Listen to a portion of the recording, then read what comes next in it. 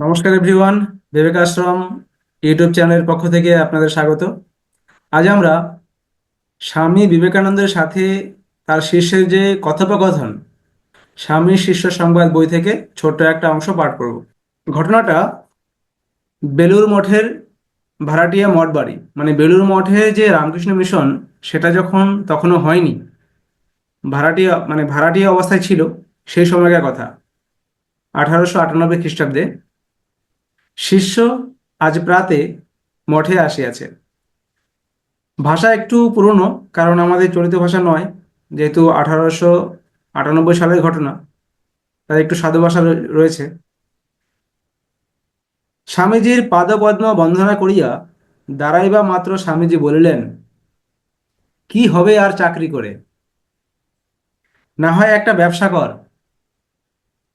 শিষ্য তখন এক স্থানে একটি প্রাইভেটে মাস্টারি করে মাত্র। সংসারের ভার তখনও তাহার ঘাড়ে পড়ে নাই, মানে তখনও সে বিয়ে করেনি। আনন্দে দিন কাটায়। শিক্ষকতা কার্য সম্বন্ধে শিষ্য জিজ্ঞাসা করায় স্বামীজি বলিলেন, অনেক দিন মাস্টারি করলে বুদ্ধি খারাপ হয়ে যায়, জ্ঞানের বিকাশ হয় না, দিন রাত ছেলের দলে থেকে থেকে ক্রমে জড়বৎ হয়ে যায়, আর মাস্টারি করিসনি। স্বামীজি তার শিষ্যকে বলছে, মাস্টারি আর করার দরকার নেই, এবার একটা ব্যবসা কর। কেন এই কথা বলছে তার পিছনে অনেক কারণ আছে। কারণ তার আগে স্বামীজি সারা ভারতবর্ষে ঘুরেছে, ঘুরে এসে তার যে অভিজ্ঞতা, সেই কথাই তিনি এখানে বলেছেন উৎসাহিত করার জন্য। শিষ্য বলছে, তবে কি করিব? স্বামীজি বলছেন, কেন? যদি তোর সংসারই করতে হয়, যদি অর্থ উপায়ের স্পৃহাই থাকে, তবে যা, আমেরিকায় চলে যা, আমি ব্যবসায়ের বুদ্ধি দেব। কারণ সেই সময় আমেরিকা যেতে এত 15-16 লাখ টাকা লাগতো না। স্বামীজি যে সময় কথা বলছে, এত টাকা লাগতো না, ইচ্ছে হুম। করলেই আমেরিকায় যাওয়া যেত। কারণ তখন পাসপোর্ট টাসপোর্ট এত ঝামেলা ছিল কিনা তাও সন্দেহের ব্যাপার, আমি ঠিক জানি না। দেখবি 5 বছরে কত টাকা এনে ফেলতে পারবি, যেটা মানুষ এখন করছে। স্বামীজি আজ থেকে 150 বছর আগে এই সাজেশন দিয়ে গেছে। শিষ্য, কি ব্যবসা করিব? যেটা সবার হয়, ব্যবসা করতে গেলে কি করব বুঝতে পারে না, টাকাই বা কোথা হইতে পাইব, সবার এক প্রবলেম। স্বামীজি বলছে, পাগলের মতো কি বকছিস, ভেতরে অদম্য শক্তি রয়েছে, শুধু আমি কিছু নই ভেবে ভেবে বীর্যহীন হয়ে পড়েছিস। তুই কেন, সব যাত্রা তাই হয়ে পড়েছে। এখানে ভারতবর্ষের তৎকালীন পরিস্থিতির কথা বলছে। একবার বেরিয়ে আয়, দেখবি ভারতের দেশে লোকের জীবন প্রবাহ কেমন তরতর করে প্রবল বেগে বয়ে যাচ্ছে, আর তোরা কি করছিস?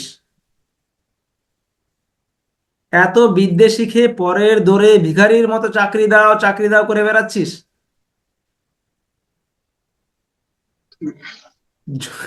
স্বামীজি বলছেন, জুতো খেয়ে খেয়ে দাসত্ব করে তোরা আর কি মানুষ আছিস। ব্রিটিশের কথা বলছে, যে ব্রিটিশ আমলে চাকরি করার যে ব্যাপারটা ছিল সেই সময়ের কথা বলছে। জুতো খেয়ে খেয়ে দাসত্ব করে করে তোরা কি আর মানুষ আছিস, অমানুষ হয়ে পড়েছিস। তোদের মূল্য এক কানাকড়িও নয়। এমন সজলা সুফলা দেশ, যেখানে প্রকৃতি অন্য সকল দেশের চেয়ে কোটি গুণে ধন ধান্য প্রসব করেছেন, সেখানে দেহ ধারণ করে, মানে সেখানে জন্ম নিয়ে তোদের পেটে অন্ন নেই, পিঠে কাপড় নেই। যে দেশের ধন ধান্য পৃথিবীর সকল দেশে সিভিলাইজেশন বা সভ্যতা বিস্তার করেছে, সেই অন্নপূর্ণার দেশে তোদের এমন দুর্দশা। ঘৃণিত কুকুর অপেক্ষাও যে তোদের দুর্দশা হয়েছে রে। তোরা আবার তোদের বেদ বেদান্তের বড়াই করিস।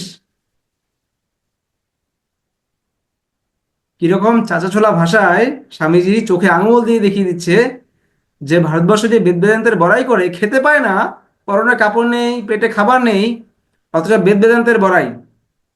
স্বামীজি সেই কথাই বলছেন। যে জাত সামান্য অন্ন বস্ত্রের সংস্থান করতে পারে না, পরের মুখাপেক্ষী হয়ে জীবন ধারণ করে, সে জাতের আবার বড়াই?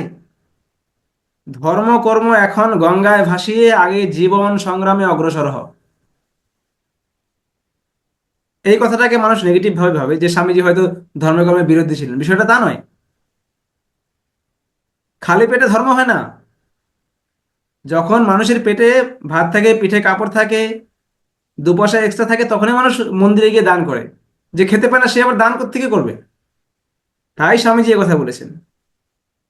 ভারতে কত জিনিস জন্মায়, বিদেশি লোক সেই র মেটেরিয়াল দিয়ে তার সাহায্যে সোনা ফলাচ্ছে, আর তোরা ভারবাহী গর্দভের মতো তাদের মাল টেনে মরছিস। ভারতে যেসব পণ্য উৎপন্ন হয়, দেশ বিদেশের লোক তাই নিয়ে তার উপর বুদ্ধি খরচ করে নানা জিনিস তৈরি করে বড় হয়ে গেল। কারণ ওই সময় ইংল্যান্ডে বা ইউরোপে প্রচুর কারখানা তৈরি হয়েছিল, ইলেকট্রনিক অনেক ইনস্ট্রুমেন্ট আবিষ্কার হয়েছিল সেই সময়ের কথা বলছে। যে ওরা বুদ্ধি খরচ করে এখানকার র মেটেরিয়াল দিয়ে, মানে এখান থেকে পাট নিয়ে গিয়ে ওরা পাটের অনেক জিনিসপত্র তৈরি করে আবার এখানেই বিক্রি করতো। আর তোরা তোদের বুদ্ধিটাকে সিন্ধুকে পুরে রেখে ঘরের ধন পরকে বিলিয়ে হা অন্ন করে বেড়াচ্ছিস।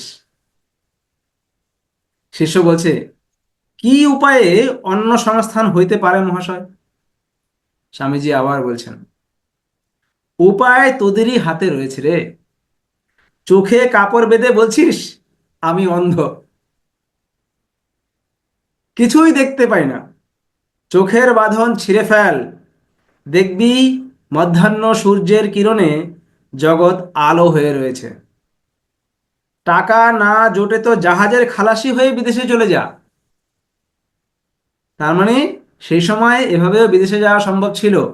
কেউ যদি জাহাজে কাজ করে খালাসি হয়ে, সেও কিন্তু আমেরিকায় যেতে পারতো। এখন না হয় এত পাসপোর্ট ভিসা এত কিছু লাগে, সেই সময় এমন ছিল না। থাকলে স্বামীজি নিশ্চয়ই এই কথা বলতেন না যে তোর জাহাজ ভাড়া না দিতে পারিস, জাহাজের খালাসি হয়ে বিদেশে চলে যা।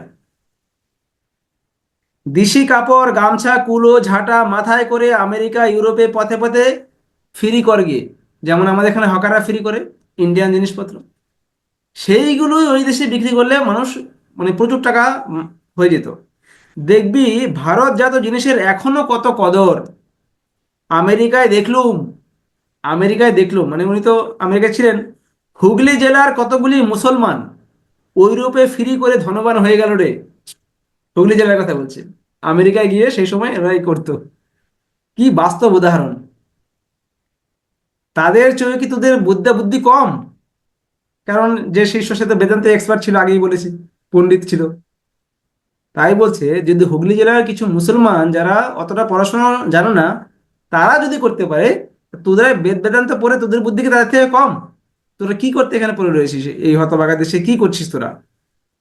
এই দেখ না, এদেশে যে বেনারসি শাড়ি হয়, মানে ভারতবর্ষের কথা বলছে, এমন উৎকৃষ্ট কাপড় পৃথিবীতে আর কোথাও জন্মায় না। ঢাকার মসলিন বলে একটা শাড়ি ছিল, আংটির ভেতর দিয়ে শাড়ি পাস করা যেত, মানে এমনই শাড়ি তৈরি হতো। হাতে পরার যে আংটি, সেখান দিয়ে পুরো শাড়ি ঢুকে যেত, এমন ধরনের শাড়ি সেই সময় তৈরি হতো। এখনো হয়তো হয়, অনেক দাম। স্বামীজি বলছেন এই কাপড় নিয়ে আমেরিকায় চলে যা, সে দেশে ওই কাপড় গাউন করে বিক্রি করতে লেগে যা, দেখবি কত টাকা আসে। কত সুন্দর আইডিয়া! যে এখান থেকে ভালো কাপড় নিয়ে গিয়ে ওখানে গিয়ে সেটা গাউন কর, কারণ তো শাড়ি পরে না, গাউন পরে, যেগুলো আমাদের এখানকার নাইটি টাইপের কিছু একটা হবে, রাতে পরে গাউন। শিষ্য বলছে, মহাশয়, তাহারা বেনারসি শাড়ির গাউন পরিবে কেন? মানে যদি না চলে আমার ব্যবসা, সবার যেমন ভয় থাকে। শুনেছি চিত্র বিচিত্র কাপড় ওদেশের মেয়েরা পছন্দ করে না, মানে এই রামায়ণ মহাভারতের ছবি আঁকা। তাই স্বামীজি বলছে, নেবে কি না তা আমি বুঝবো এখন। স্বামীজি দায়িত্ব নিচ্ছে, নেব কি না তা আমি বুঝবো এখন। তার মানে কি, স্বামীজি যে এখানে গেছিলেন, স্বামীজির প্রচুর ফলোয়ার হয়ে গেছে তো। স্বামী যদি পরিচয় করিয়ে দেয় যে আমার শিষ্য বা আমার পরিচিত, তাহলে হুড়িয়ে বিক্রি হয়ে যাবে। এমন একটা ব্যাপার ছিল সেই সময়, স্বামীজির এত কনফিডেন্স। তাই বলছিল, নেবে কি না তা আমি বুঝবো এখন, তুই উদ্যম করে চলে যা দেখি, আমার বহু বন্ধু বান্ধব সে দেশে আছে। আমি তোকে তাদের কাছে ইন্ট্রোডিউস করিয়ে দিচ্ছি। কত সুন্দর কথা। তাদের ভেতর ওইগুলি অনুরোধ করে প্রথমটা চালিয়ে দেব, তারপর দেখবি কত লোক তাদের ফলো করে, তুই তখন মাল দিয়ে কুলিয়ে উঠতে পারবি না। কি সুন্দর বিজনেস আইডিয়া। শীর্ষ বলছে, ব্যবসায় করিবার মূলধন কোথায় পাইব? ঠিক আমাদের মতো। ঠিক আছে, ঠিক আমাদের মতো। আমাদের যত কনফ্লিক্ট, শিষ্যদেরও আমি মনে হচ্ছে, মনে হবে যেন আমি বা তুমি বা অন্য কেউ, যেন এতটাই। আমাদেরকেই বলছে। আমি দেখছি যে কিভাবে নিসর্গ আমাদের সামনে জিনিসটাকে দাঁড় করিয়েছে। হ্যাঁ, আর শিষ্য বলছে, ব্যবসায় করিবার মূলধন কোথায় পাবে? দেখি স্বামীজি কি বলে। স্বামীজি বলছেন, আমি যে করে হোক তোকে স্টার্ট করিয়ে দেব। স্বামীজি এতটাও বলেছেন যে আমি যে করে হোক তোকে স্টার্ট করিয়ে দেব, তারপর কিন্তু তোর নিজের উদ্যমের উপর নির্ভর করবে। এই চেষ্টায় যদি মরে যাস তাও ভালো, তোকে দেখে আরো 10 জন অগ্রসর হবে। আর যদি সাকসেস হয় তো মহাভোগে জীবন কাটবে, লস তো কিছু নেই। শেষে বলছে, আগে হ্যাঁ, কিন্তু সাহসে কুলোয় না। আগে হ্যাঁ, সবই ঠিক আছে, কিন্তু সাহসে তো কুলোয় না। তখন স্বামীজি বলছে, তাই তো বলছি বাবা, তোদের শ্রদ্ধা নেই, আত্মপ্রত্যয় নেই। কি হবে তোদের? না হবে সংসার, না হবে ধর্ম। হয় ওই প্রকার উদ্যম করে সংসারে সাকসেসফুল হ, নয়তো সব ছেড়ে ছুড়ে দিয়ে আমাদের পথে আয়। মানে সন্ন্যাসীদের পথে কথা বলছে। স্বামীজি কিন্তু জোর করে বলছেন না, তুই বাবা যে কোনো একদিকে যা, এইভাবে জড়বতার মধ্যে বেঁচে থেকে তো লাভ নেই। তাই বলছে, দেশে বিদেশের লোককে ধর্ম উপদেশ দিয়ে তাদের উপকার কর। সন্ন্যাসীদের কথা বলছে। তবে তো আমাদের মতো ভিক্ষা মিলবে। আদান প্রদান না থাকলে কেউ কারোর দিকে চায় না। That means give and take policy. তুমি মানুষকে ধর্মোপদেশ দিলেই তোমাকে লোকে দুবেলা দুমুঠো খেতে দেবে, তাই না? কারণ সন্ন্যাসীরা তো ইনকাম করে না, তারা ভগবানের উপর নির্ভরশীল। তারা মানুষকে দুটো ধর্মকথা শোনালে মানুষ তাদের দুবেলা দুমুঠো খেতে দেবে। তারা এর বেশি চায়ও না, কারণ তাদের কোনো এক্সপেকটেশনই নেই। দেখছিস না, আমরা দুটো ধর্মকথা শোনাই, তাই গৃহস্থরা আমাদের দুমুঠো অন্ন দিচ্ছে। তোরা কিছুই করবি না, তোদের লোকে অন্ন দেবে কেন? আমরা সন্ন্যাসী মানুষ, আমরা লোককে দুটো ধর্মকথা বলে বলে লোকে আমাদের দুটো খেতে দেয়। তা তোদের কেন দেবে? হয় নিজে ইনকাম কর, নাহলে আমাদের মতো পথে চলে যায়, সাধু হয়ে যা, ধর্মকথা শোনার লোককে তবে দুমুঠো খেতে দেবে। না হলে তোকে কেন দেবে দুমুঠো খেতে? গিভ অ্যান্ড টেক পলিসি, আগে কিছু দাও, তবে না কিছু পাবে। চাকরিতে গোলামিতে এত দুঃখ দেখেও তোদের চেতনা হচ্ছে না, কাজেই দুঃখ দূর হচ্ছে না। এ নিশ্চয়ই দৈব মায়ার খেলা। ওদেশে দেখলুম, ওদেশে মানে ইউরোপ আমেরিকার কথা বলছেন, ওদেশে দেখলুম যারা চাকরি করে পার্লামেন্টে বা জাতীয় সমিতিতে, তাদের স্থান পেছনে নির্দিষ্ট, মানে বুক করা, লাস্টের বেঞ্চ, লাস্ট বেঞ্চ। যারা নিজের উদ্যমে বিদ্যায় বুদ্ধিতে স্বনামধন্য হয়েছে, তাদের বসবার জন্য ফ্রন্ট সিট গুলো সংরক্ষিত। কি সুন্দর। ওসব দেশে জাত ফাতের উৎপাত নেই। কে শিডিউল কাস্ট, কে general caste, SC ST general, কোনো বেদবেচার নেই। যার জন্য ওই দেশ খুব তাড়াতাড়ি গ্রো করছে। সে কথাই বলছে, ও দেশে জাতপাতের কোনো উৎপাত নেই। উদ্যম ও পরিশ্রমে ভাগ্যলক্ষ্মী যাদের প্রতি প্রসন্না, তারাই দেশের নেতা ও নিয়ন্তা বলে গণ্য হয়। মানে কোনো কোটা সিস্টেম নেই, যে কোয়ালিফিকেশন না থাকলেও সে নেতা হয়ে যাবে বা ভালো একটা জায়গায় পৌঁছবে। আর তোদের দেশে জাতের বড়াই করে করে তোদের অন্ন পর্যন্ত জুটছে না। একটা ছুঁচ গড়বার ক্ষমতা নেই, তোরা আবার ইংরেজদের ক্রিটিসাইজ করতে যাস। সেই সময় কথা বলছে, মানে একটা সুচ, যে সুচ নিডিল, সেটাও ইংল্যান্ড থেকে আসতো, ওদের ফ্যাক্টরি তৈরি হতো। আর ইন্ডিয়ানদের তো ফ্যাক্টরি দূরে থাক। তাই বলছে, একটা সুচ গড়ার ক্ষমতা নেই, তোরা আবার ইংরেজদের ক্রিটিসাইজ করিস। তার মানে কি স্বামীজি ইংরেজদের সাপোর্ট করছে? একদম না। স্বামীজি বলছে ওদের দেখি শেখ, ওরা কি করছে আর তোরা কি করছিস। তাই বলছে যে তোরা আবার ইংরেজদের ক্রিটিসাইজ বা দোষগুণ বিচার করতে যাস, আহাম্মক।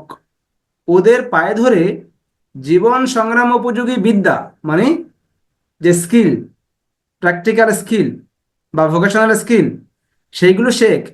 শিল্প বিজ্ঞান শেখ, কর্মতৎপরতা শিখগে। যখন উপযুক্ত হবি, মানে যখন শিখবি, তখন তোদের আবার আদর হবে, মানে তোদের ডিমান্ড বাড়বে। ওরাও তখন তোদের কথা রাখবে, মানে তোদের কথা শুনবে। কোথাও কিছুই নেই, কেবল কংগ্রেস জাতীয় সভা সমিতি করে চেঁচামেচি করলে কি হবে? সে সময় তো একমাত্র কংগ্রেসই ছিল। কংগ্রেস মানে কংগ্রেস পার্টি নয়, ওই সময় একটাই পার্টি ছিল, জাতীয় কংগ্রেস। তখন তো বিজেপির নামগন্ধই ছিল না, পলিটিক্সের কথা বলছে না। শুধুমাত্র এই কংগ্রেস কংগ্রেস করলেও হবে না। এই হচ্ছে আজকের পাঠ। আপনারা কমেন্ট করে জানাবেন কেমন লাগলো।